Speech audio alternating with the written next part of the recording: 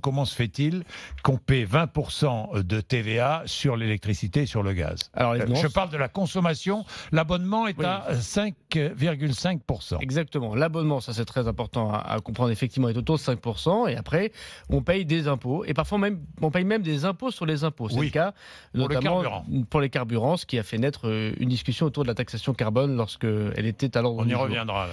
C'est une question importante. On pourrait imaginer de baisser la TVA sur des produits comme l'électricité ou le gaz. Il faut savoir que ça coûte de l'argent de baisser la TVA. Il faudra juste me dire, moi je suis d'accord pour baisser les impôts en général, surtout lorsqu'ils touchent tous les Français et qui mettent, même si l'électricité est la moins chère de l'Europe, vous avez vu qu'effectivement c'est un montant important dans la facture d'une personne seule ou d'une personne modeste.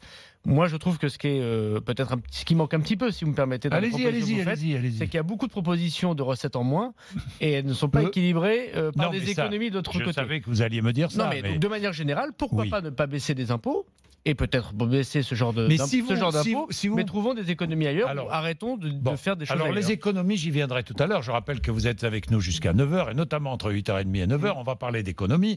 Mais sur les impôts, il y aura des baisses d'impôts. Je ne sais pas ce que décidera le président de la République. Ce qui est certain, c'est que moi, j'aime bien, avec le mot impôt, utiliser le verbe baisser. Bon. Voilà, baisser les impôts.